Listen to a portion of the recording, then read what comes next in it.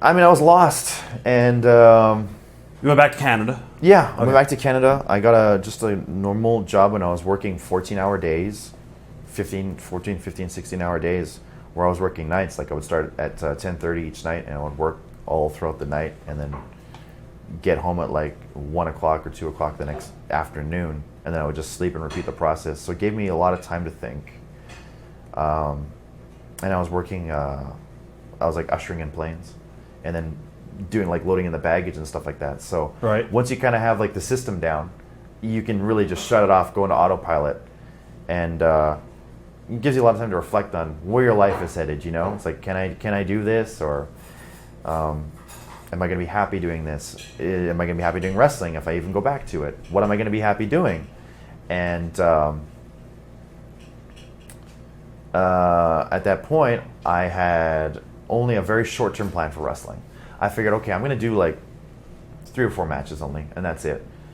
And like I'd said before, I wanted to present something that was a lot different from who I was when I left, and I wanted to definitely do something that was a lot different from what I presented in Deep South Wrestling, because I could never look at any of that footage or whatever and be proud of it.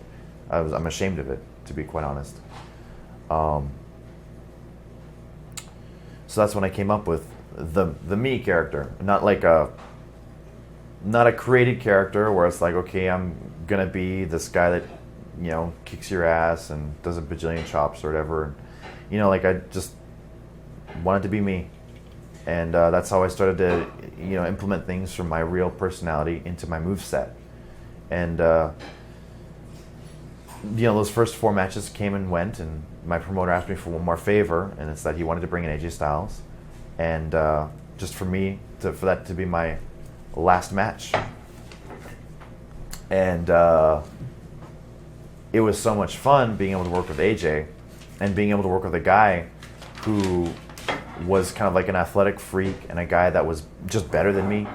And it was, I don't know, it was just inspiring, you know, to and not only, this was a guy that was on a higher level, but yet he came to this small town and was willing to kind of like put it out there and test me and give me 100 of his percent or whatever, you know, like for that volume of show anyhow. So at that point I kind of said like, wow, if there are more guys like AJ out there, I need to keep up with this. So he gave you a lot in the match, and all. He was very easy to work. Yes. And I felt like, wow, like when guys are sort of at my level athletically, like, and they have the right timing for the kind of style that I'm doing, and just have an idea for the type of wrestling that I want to do, things just flow so nicely, and the crowd just gets electric. Right. And it sort of resparked the fire, and it made me have like a hunger of wanting to seek these people out, people like AJ Styles, that I could have these kinds of matches with.